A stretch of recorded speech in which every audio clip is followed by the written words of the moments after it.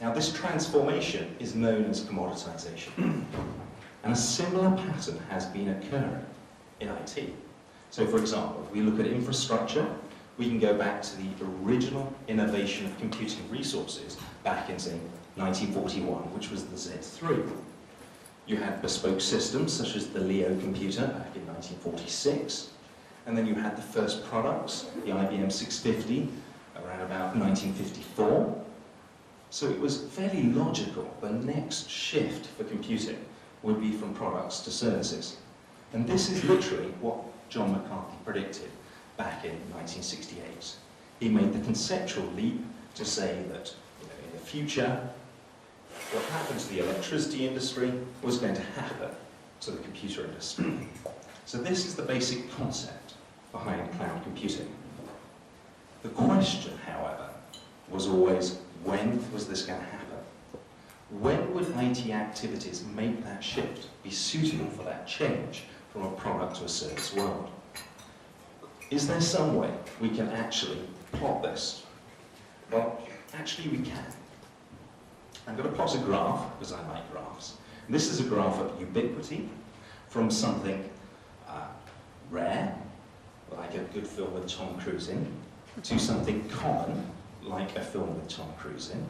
And against this, I'm going to plot an axis of ubiquity from something novel, well, something which axis of certainty, from something which I'm not sure about, like whether I'm going to finish this presentation on time, to something which I am sure about, which is how much time I've got.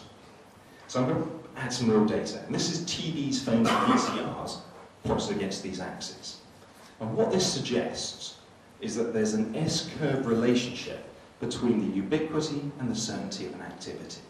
There is a pathway for how something which is rare and poorly understood and innovation becomes something which is much more common and well-defined, more of a commodity. And ultimately, something which is potentially provided through a utility-like service. So we can follow this. If we look at something like CRM, you have the innovation of CRM before we even called it CRM, which were the early lists of the 1980s, to database marketing systems of the mid-80s, to the first CRM products in the 1990s, right up to the modern day, where you have utility-like services of Salesforce. So CRM has gone from an innovation to much more of a service. Now, all business activities are somewhere on that curve, and all of them are actually moving in that direction. And why is that? Well, ask any businessman and they will tell you that business is nothing more than a catfight. It's warfare. And as soon as one company gains some sort of technological advantage, some new big gun, like an e-commerce site, then every other company will follow suit. This creates a constant pressure towards commoditization. So what's happening in IT is a whole bunch of activities which were at one point innovations, but more recently have been provided as products, have become so widespread and so well defined that they've moved up that curve and become suitable for service provision through volume operations. Now, this doesn't mean everything in IT is on that path. You know, IT contains a range of activities, all in different areas of that curve.